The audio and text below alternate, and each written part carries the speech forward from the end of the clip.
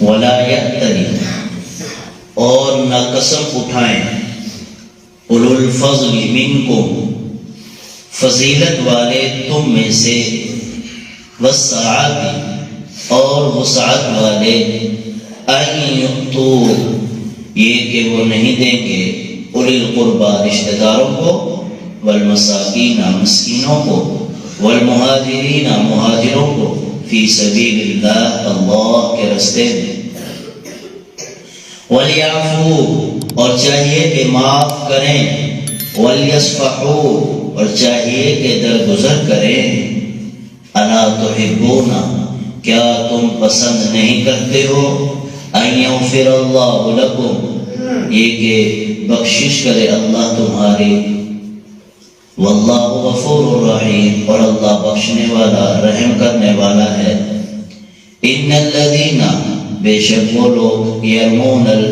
جو تہمت لگاتے ہیں المحصنات پاک دامن عورتوں پر الغافلات جو گناہوں سے غافل ہے المؤمنات جو مومن ہیں لعنوا لعنت کیے گئے فی الدنیا دنیا میں والآخرہ اور آخرت میں وَلَهُمْ عَذَابٌ عَظِيمٌ اور ان کے لیے بڑا عذاب ہوگا۔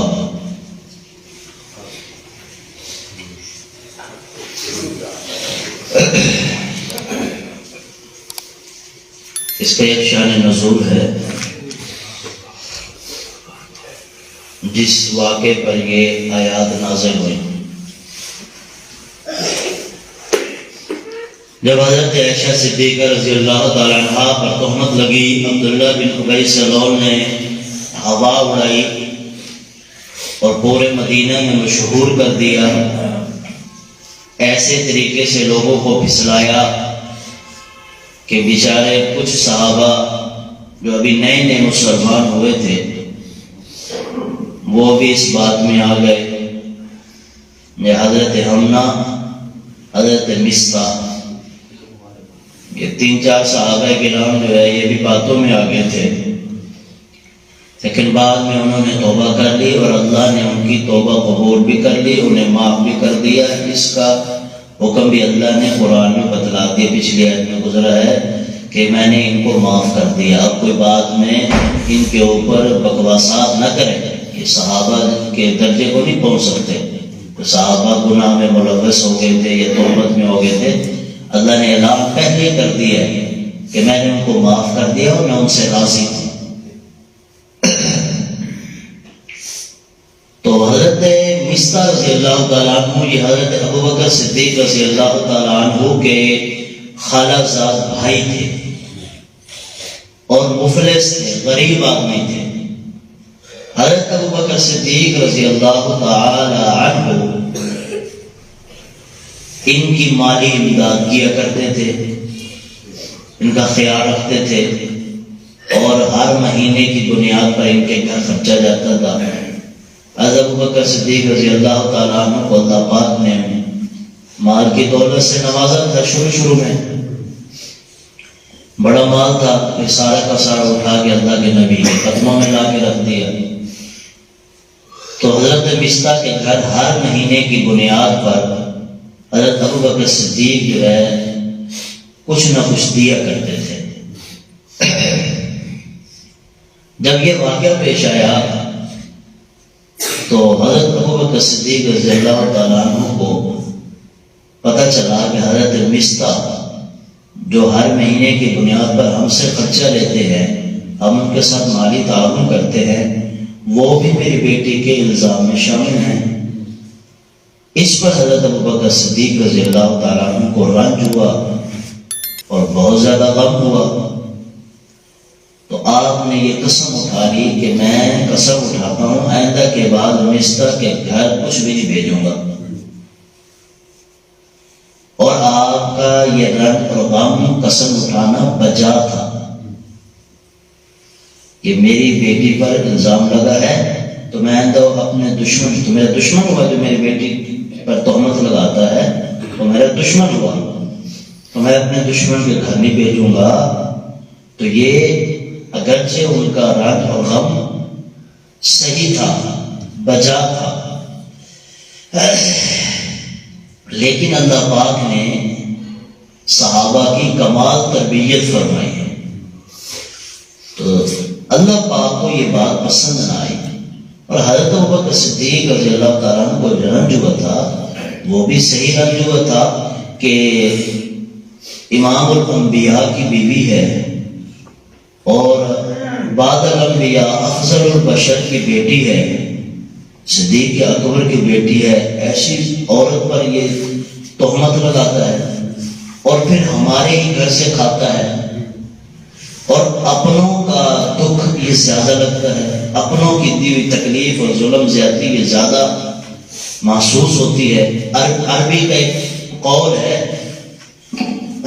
وَظُلْمٌ ذَوِي الْقُرْبَى فِي الْحَقِّ بُغْنًا، اس طرح کوئی عربی کا مقولہ ہے، اس کا ترجمہ یہ ہے کہ قرابت داری کا ظلم اور زیادتی تلوار سے بھی زیادہ سخت ہے۔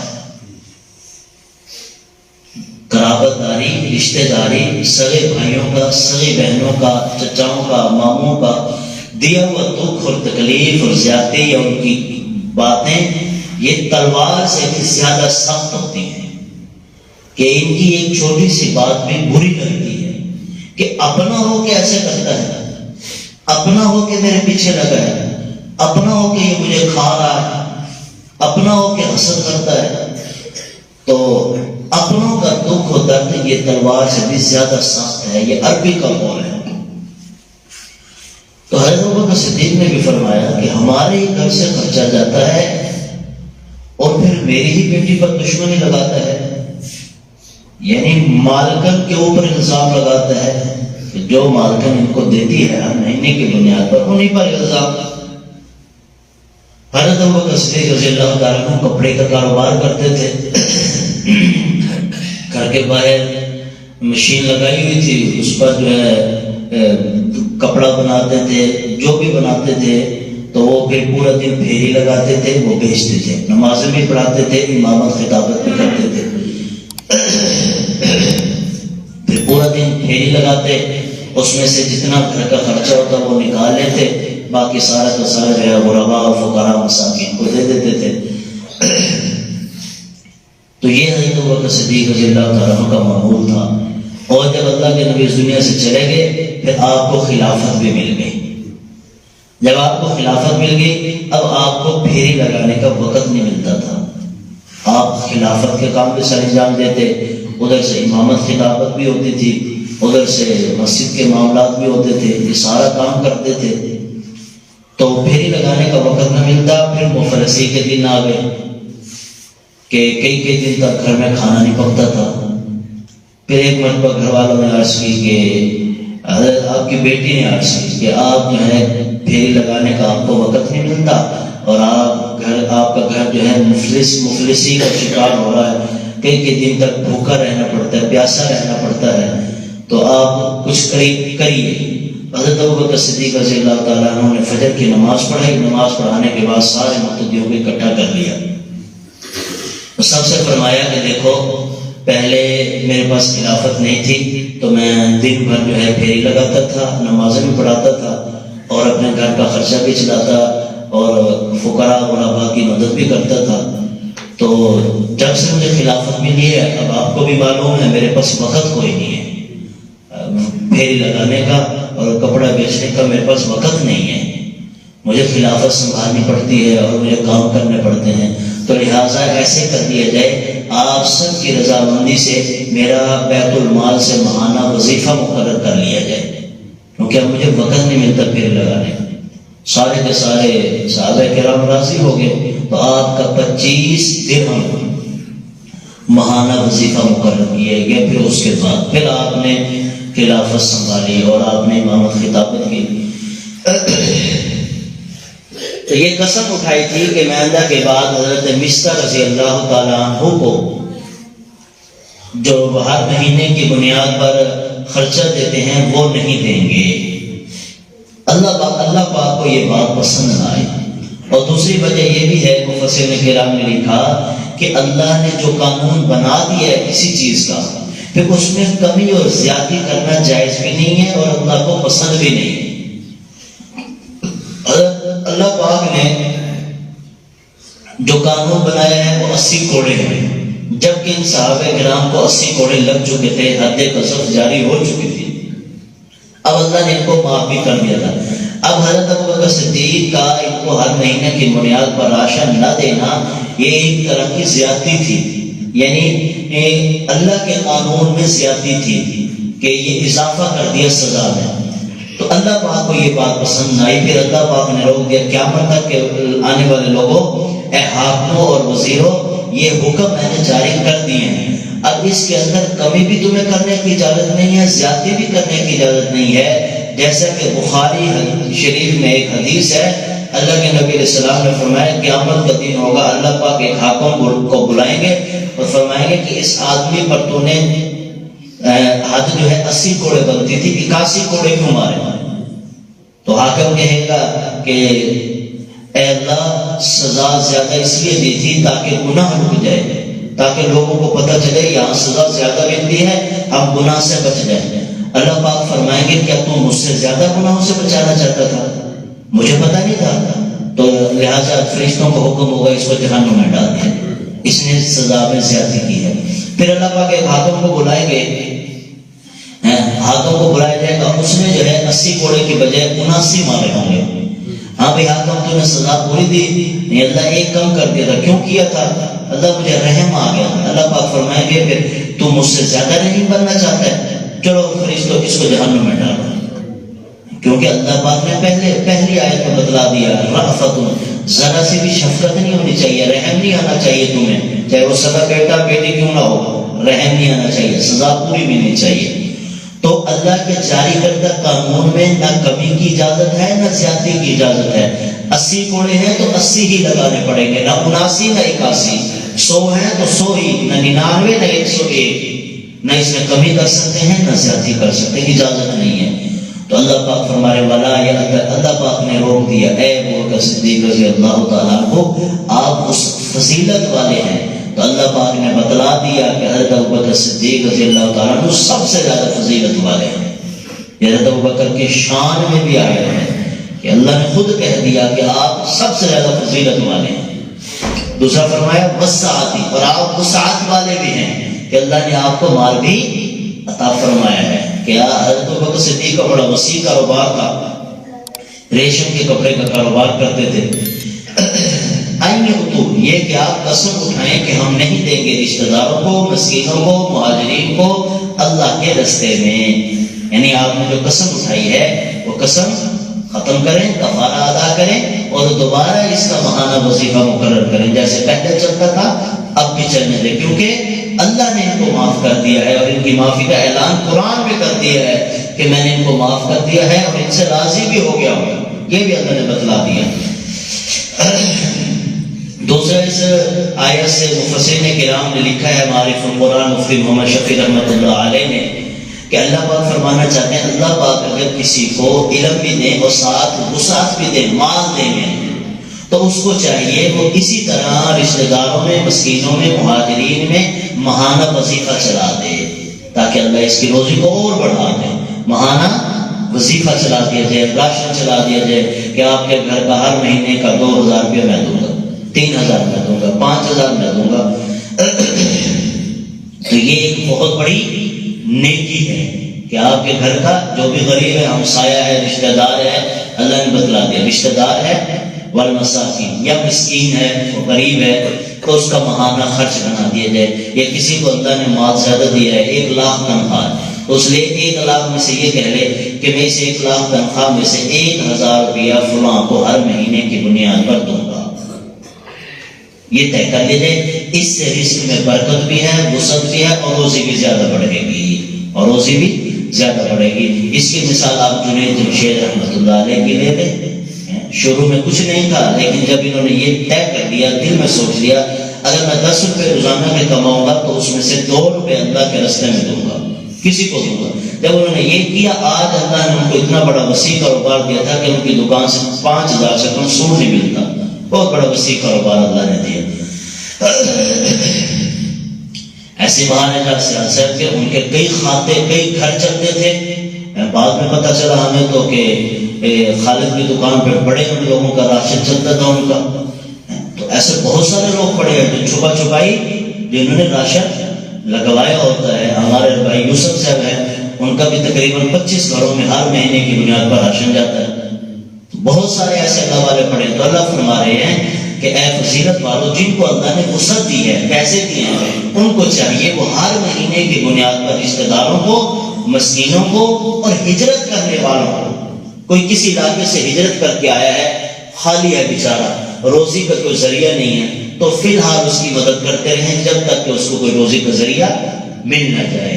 اور جہاں تک آپ کی طاقت ہے کہ اس کو کہیں روزی لگوا دیں, کسی کی ہمت میں ہے کہ یہ نوکری لگوا سکتا ہے, اس کی سفارش کر کے لگوا دے. کسی کی دکان پر کھڑا کر سکتا ہے, ایسے سفارش بھی کر دینی چاہیے. تو اللہ فرمائے ان کی بھی مدد کرو. فی سبیل اللہ, یہ بھی اللہ کا رستہ ہے. کیونکہ حدیث پاک میں ہے, اللہ کے نبی نے فرمایا سب سے افضل ترین صدقہ وہ ہے جو تمہارا اماں ابا کھائے, یہ سب سے افضل ترین, اور تمہاری بیوی اور بچے کھائے. اسی کو قرآن نے کہا اولی القربا. اور یہاں پر بھی اللہ نے پہلا اولی القربا کا لفظ ذکر کیا, بعد میں مسکین کا لفظ آیا کہ پہلا حق رشتہ دار ہے. ایسا نہیں ہے کہ بیوی بھوکی بیٹھی ہے اور یہ دوستوں کے ساتھ ہوٹلوں پہ پھر رہا ہے, بچے بھوکے بیٹھے ہیں بیچارے ترس رہے ہیں اور یہ باہر کے کھانے کھا رہا ہے. نہیں, پہلا گھر, پھر دوسرا نمبر اللہ فرما رہے والمساکین. اور اسی چیز کو اللہ پاک نے دوسرے سپارے میں تفصیل سے بیان کیا ہے کہ صحابہ نے پوچھا اے اللہ کے نبی ہم صدقہ کیسے کریں؟ یسألونک ماذا ينفقون, کہاں اور کیسے خرچ کریں, طریقہ پوچھا. تو اللہ پاک نے فرمایا قل ما انفقتم من خیر فللوالدین. صحابہ نے پوچھا ہم کہاں اور کیسے خرچ کریں؟ تو اللہ نے کیا فرمایا قل ما انفقتم من خیر, تم جو بھی خرچ کرو اور اس خرچ میں سے جو سب سے بہتر ہے فللوالدین, وہ والدین کے لیے کہ والدین کو کھلاؤ. فللوالدین والاقربین, دوسرا نمبر فرمایا والاقربین, رشتہ دار. پھر فرمایا والیتامی والمساکین, تیسرا نمبر یتیم پھر مسکین. تو قرآن نے ایک چیز بیان کی ہے بشرطے کہ ہمارے پاس پڑھنے کا ٹائم ہو.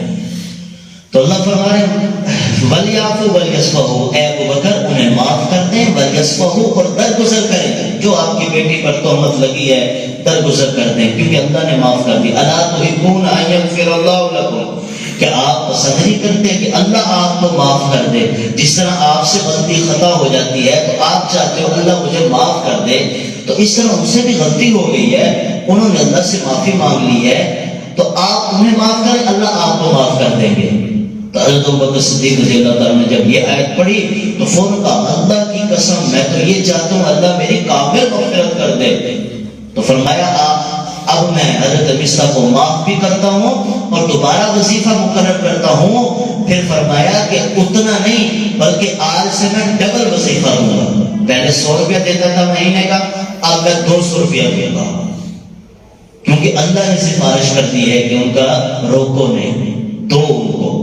تو حضرت ابوبکر صدیق نے فرمایا میں تو یہ چاہتا ہوں کہ اللہ میری مغفرت کر دے, تو میں حضرت مصطفیٰ کو معاف کرتا ہوں اور درگزر کرتا ہوں اور ان کا ماہانہ وظیفہ ڈبل مقرر کرتا ہوں.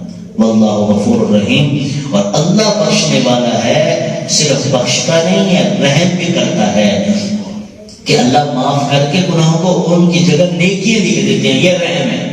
حضرت ابوبکر صدیق نے فرمایا میں نے بھی حضرت مصطفیٰ کو معاف کر دیا ہے اور جو پہلے دیتا تھا اس کا آپ سے ڈبل دوں گا, کہ میں بھی رحم کروں گا تاکہ اللہ میرے اوپر مزید رحم کر دے.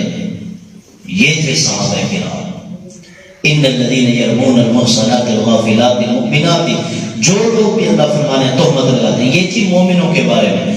اب ہے منافقین. عبداللہ بن ابی سلول اور بہت سارے منافق ابھی بھی خاموش نہیں ہوئے تھے, ابھی بھی ان کا پروپیگنڈا جاری تھا. اللہ فرمایا انہوں نے تو توبہ کر لی, ان کو تو اللہ نے معاف کر دیا. اب جنہوں نے توبہ نہیں کی ابھی تک, جیسے عبداللہ بن سلول ہے اور اس طرح جو منافقین ابھی بھی ہوا اڑا رہے ہیں, اللہ فرما رہے ہیں تہمت لگاتے ہیں پاک دامن عورت پر غافلات, کہ حضرت عائشہ کو پتہ ہی نہیں ہے کہ میں نے گناہ کیا, میرے بارے میں چرچا ہو رہا ہے اور میرے بارے میں باتیں ہو رہی ہیں. حضرت عائشہ کو تو 1 مہینے کے بعد پتہ چلا کہ میرے بارے میں یہ باتیں ہو رہی ہیں, پتہ ہی نہیں تھا. وہ بھی حضرت ام مسلمہ نے بتلایا تھا. تو اللہ فرمائے الغافلات, اسے تو پتہ ہی نہیں ہے گناہ کا. المؤمنات، وہ تو مومنہ ہیں، ان کے بارے میں جو بھی تہمت لگاتا ہے یا باتیں کرتا ہے، اللہ فرما رہا ہے لعنوا فی الدنیا، دنیا میں بھی سب کی لعنت، والآخرہ، آخرت میں بھی سب کی لعنت ہوگی۔ عبداللہ بن ابی سلول اتنا بڑا بدبخت ہے کہ دنیا میں بھی اللہ نے سب کی لعنت بھیجی ہے اور آخرت میں بھی اللہ پاک نے سب کی لعنت بھیجی ہے۔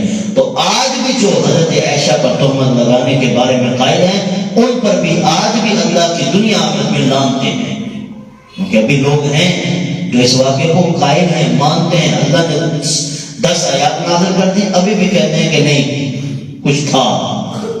تو اللہ فرمایا ان پر بھی آج بھی اگر کوئی ان کا ماننے والا ہے تو لعنوا فی الدنیا، ان پہ دنیا اور آخرت دونوں جہانوں میں لعنتیں ہیں، وَلَهُمْ عَذَابٌ عَظِيمٌ۔